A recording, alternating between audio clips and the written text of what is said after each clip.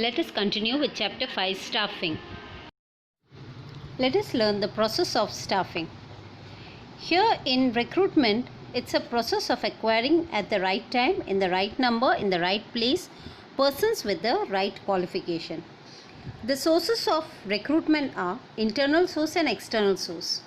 In internal sources, promotion. Within the business, promotion comes up, and in this way, he moves to a higher position than the existing position. He also gets a higher salary, position, status, power, etc. Second is transfer. If there is a shortage of staff in other place, then that can be fulfilled by transfer. Here the person is moved to a different branch. The work does not change. Workload remains the same. Third is friends and relatives of workers. Whenever any vacancy comes in the organization, the employees are asked to recommend their friends or relatives for the same. Without any extra expenses, we may get a good staff. Recalling retrenched employees. When the company's financial condition is not sound enough or the service of the workers are not needed anymore, we retrench those workers. In future, when we require the service of those workers, we will call them back again. Fifth is promotion with transfer. Under this system, the worker can be transferred to another branch under the same management with high authority, and here it is being motivated to the person. In today's world, this is the best way of internal recruitment. Last is the waiting list. It is a record of all the candidates who were qualified but could not be selected due to some or the other reason. All the candidates' information who are not selected should be properly maintained for future use. This data is known as waiting list. We can recruit from this on future. Well, the conclusion is the above stated are the internal sources of recruitment. This is the most important source. It is less or minimum expensive. Let us learn the external sources of recruitment. First is through advertisement. It is an effective way of recruitment, and the outside world can know about the vacancy of our organization. The media is radio, journal, TV, website, internet, newspaper, hoarding, etc. Proper sources of advertisement will be more effective to invite the potential candidate. Second is through employment exchange. Here we have one is the government and another is the non-government, and the private sector is also there. So in the government and the non-government employment exchange, the list of unemployed candidates are prepared. They collect the information of their qualification, mobile number, address and so on. Whenever the proper recruitment comes, they are informed. Third is through employment agency. This is one additional point I am giving. Here agencies are there. It's just like an employment exchange only. There are more than one employment agencies and they belong to private sector. Here also the same way, their search is in both the area, government as well as private. Once a candidate gets the job, as a part of a commission, they charge amount equal to 1 month's salary. Then next is through educational institute. Many enterprises may recruit by this method. In the modern time, many companies visit the college and other institution where students obtain their degree and they are provided the job. It is called as a campus selection. Trade union. Here the trade union or the labor union are very actively participating in this labor welfare activity. They have full details of various class of laborers and the status of employment, and according to the work they will contact them and they will pick the workers as per the requirement and they will be giving them the wages. Sixth is through contractors. In this system again a contract is made between the business enterprise and the contractor for the supply of workers. They are aware about the type of skilled, unskilled and semi-skilled workers, so they can fulfill the requirement of manpower.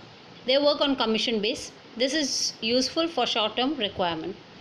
Seventh is requirement at the gate. This method is not very popular in India. Here the business unit places a notice board in front of the gate about their requirement. The visitors and the people passing by may read and contact whenever it is applicable. Modern method or latest technology. This method of recruitment is very widely used nowadays for the corporates. Using internet, we can take exams online, conduct interview online, and we can have a group discussion of the candidates. This is more effective if the candidate is applying from far distance place. Selection procedure. welcoming and primary meeting. Under this stage, the candidate visits the reception, and here the primary investigation is being done, and if everything is right, then the candidate will be sent to the selection officer. Second is receiving of application and its examination.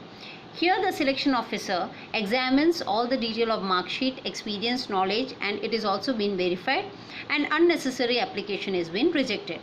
Third is necessary test.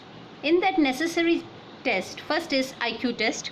Here the test has been conducted to measure the common sense, intelligence, memory power, decision making capacity and vision of the candidate. Second is aptitude test. In this test, the interest of the candidate is being measured. An individual may be able to do many activities but may be interested in only some of them. This helps us to decide if the candidate is fit for the job which is offered to him. Third is trade test or business test. This helps in measuring the business ability of the candidate. We can judge if the candidate is really capable of performing the task given to him. And the last is psychological test. This helps to know the self-confidence of the candidate, his talent, his attitude, his nature, etc. Now the fourth point is personal interview. The candidate who succeeded in all the tests goes for the personal interview. A committee or panel of judge will be set up, and in front of them there will be a personal question round, and the candidate is informed about the company policy. During this process, a detailed discussion is undertaken about work and work environment. Fifth is checking reference or checking of past work record. A detailed checking is undertaken about the past work experience of the candidate. The correctness of all the information is to be checked. We need to find out if the worker was dismissed from previous employment or he has left his job for his benefit. We also know the credit of the worker at earlier places. We also may have to check the reference given by the workers in the application. Sixth is preliminary selection.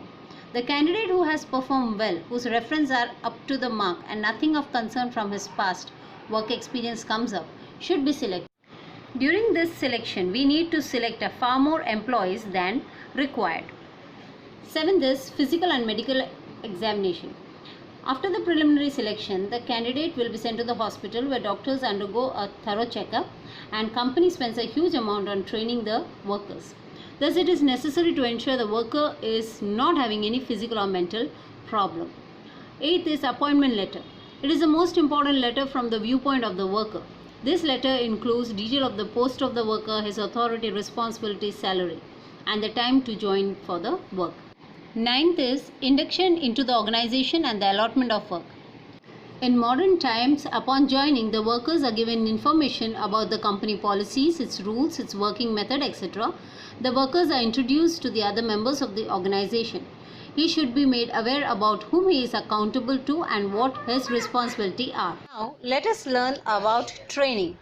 Training means providing theoretical and practical knowledge with reference to the work of employees. Training is a very important, and all the workers require training. Importance of training is explained below. First is modern information. In today's world of changes, there are frequent and rapid changes taking place. These changes may be in technology or may be for its use. Workers are to be constantly updated about this. Safety. Special type of machinery is installed in many cases.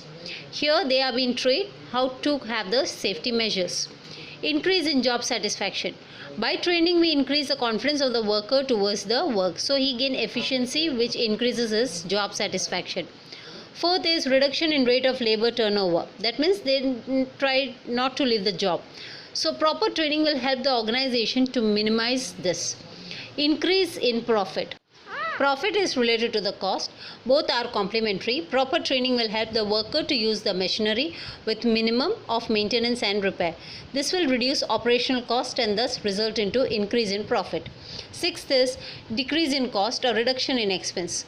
Training increases knowledge, skill and efficiency. With proper training, we can utilize the assets with its maximum. Unnecessary wastage of raw material will be avoided. Growth and development of worker. By training, we can develop the worker as their efficiency and ability increases, and so more skilled and develop various qualities. Others are increase quality of product, increase appropriate usage of asset, reduce wastage, create mental revolution among workers, create cooperation among workers, friendly environment can be created. So from the above importance, it is clear that every organization requires an appropriate training program from time to time. Such training will help the worker to update their ability and to get acquainted with the new changes that takes place in the organization and industry. Now let us learn the meaning of development and its importance. Development is a process of imparting theoretical and practical knowledge to top level management and departmental head. So the importance are, first, increase in technical knowledge. With changing business condition, it is necessary the officer of the organization to have technical knowledge. Departmental heads should also be aware about the technology. They must be updated with the changing take place due to globalization. Second is research and new ideology. Development and the training increases the efficiency of the departmental head. Daily so much inventions are taking place, the top level should be aware about all these things. We need to introduce some of them which are applicable. By doing so, we may be able to increase the productivity. Third is development of organization. The top level management and the department head starts framing the strategies with the new inventions. With the help of these strategies, the business unit can be expanded at national level or international level. Fourth, maximum utilization of resources. Management needs to make optimum utilization of the available resources. By doing so, we can reduce our overhead expenses and ultimately we can have a good profit. Solving the problem. Proper development will solve the problem before they arise. Development program for the officers, we can train them in such a way that we can solve the complex problem. Sixth is effective supervision. To oversee the work done is called supervision. Through developmental program, the organization can do effective supervision. Seventh is reduce the stress or decrease the challenges.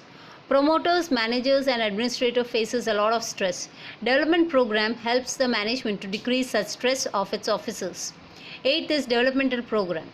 Growth and development is a challenge for management. Development program helps in preparing the staff for such situation. So from the above importance, it is clear that every organization requires an appropriate developmental program from time to time. Let us see to the difference between training and development.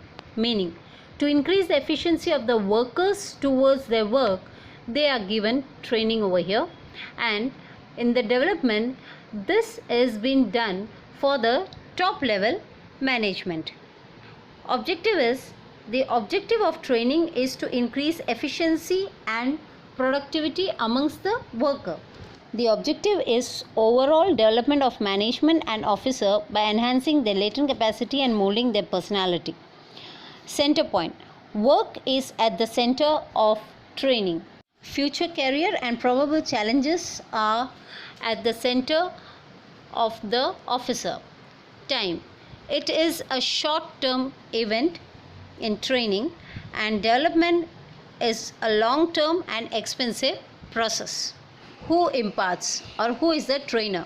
Experienced employees or supervisors are given the task of training, and in development, top executive and experts from outsides are invited and or from the education institutions they are given. To whom? Training is given to the staff at the bottom level, and under development programs are for executives and departmental heads working at top and middle level.